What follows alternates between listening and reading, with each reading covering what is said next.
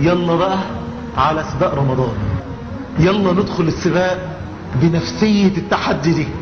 شعارك من دلوقتي: لن يسبقني إلى الله أحد. أنا هقطع نفسي عشانه، أنا هعمل كل ما بوسعي عشان يرضى عني.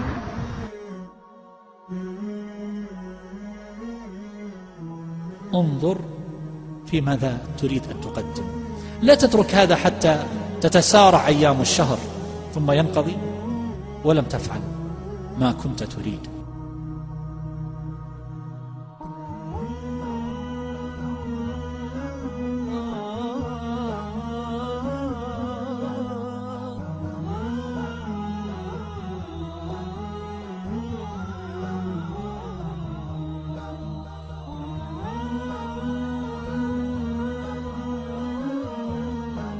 أكثر من الاستغفار وجدد التوبة.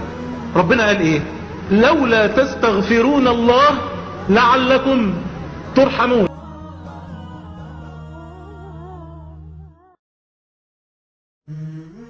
وكنز آخر في هذا الشهر الكريم الذي ننتظره يحتاج إلى تأمل آخر، كنز الصلاة والقيام.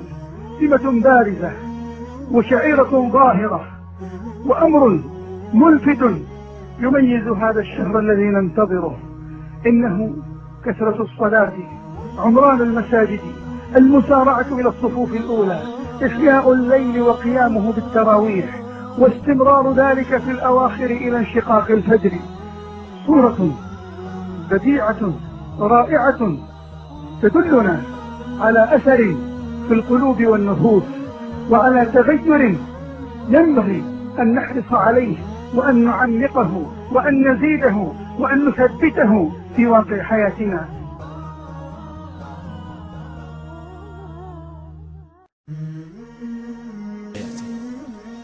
ولهذا أقول ينبغي للإنسان أن يسأل نفسه منذ البداية: كم ختمة ستختم في هذا الشهر؟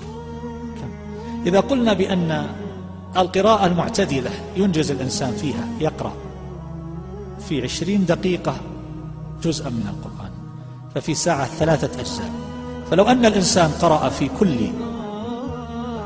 بعد كل صلاة، بعد الفجر والظهر والعصر مثلا، قرأ ساعة و7 دقائق، فإنه يستطيع أن يختم القرآن في كل 3 أيام. يقرأ كل يوم 10 أجزاء، كل 3 أيام ختمة، في نهاية الشهر 10، وهذا خير كثير، ويكون قد حقق فيه ما جاء عن رسول الله صلى الله عليه وسلم: لا يفقه القرآن من قرأه في أقل من 3.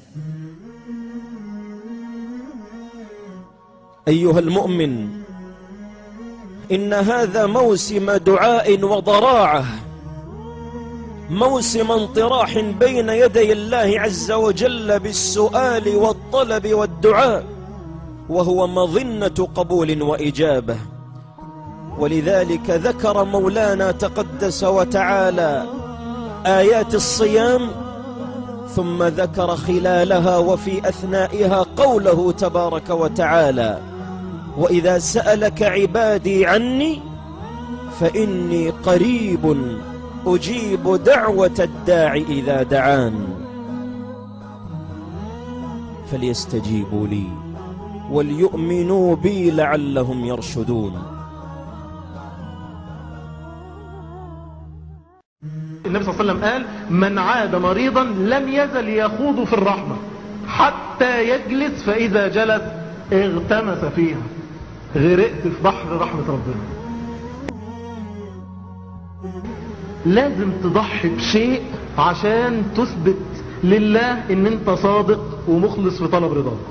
عشان كده عايزين صدقة سر تطفئ غضب الرب، والنبي صلى الله عليه وسلم قال صدقة السر تطفئ غضب الرب، وقال الصدقة تطفئ الخطيئة كما يطفئ الماء النار.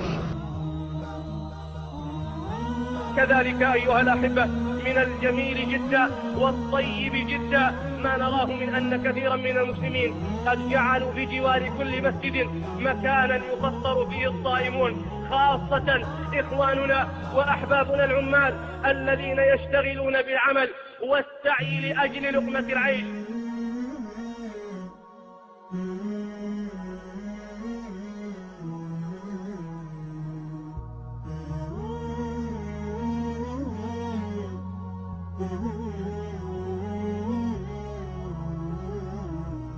احفظ سورة، علم آية، انقل مسألة، اروي حديثا، احضر درسا، اسمع شريطا، اقرأ كتابا، وزع مطوية، لخص محاضرة، قدم نصيحة، انشر دعوة، اكتب مقالا، صمم موقعا، صحح خطأ، ورافق ناصحا، امنح محروما، انفق مالا، اغث لهفانا، واهد حيرانا، واقم صلاة، وأد عمرة، ألق خطبة، قدم رأيا، قاوم بدعة، صم يوما، أطعم مسكينا، اتبع جنازة، اكس عاريا، زر مريضا، ابن مسجدا، أصلح طريقا، انصر مظلوما، خطط مشروعا، اجمع صدقة، اكبت عدوا، واكشف منافقا، ادعو كافرا، واشبع جائعا، استفتي عالما، اقترح فكرة، راسل جريدة، قدم برنامجا، زوج خيرا، وهكذا وهكذا من أعمال البر وأنواع العمل للدين.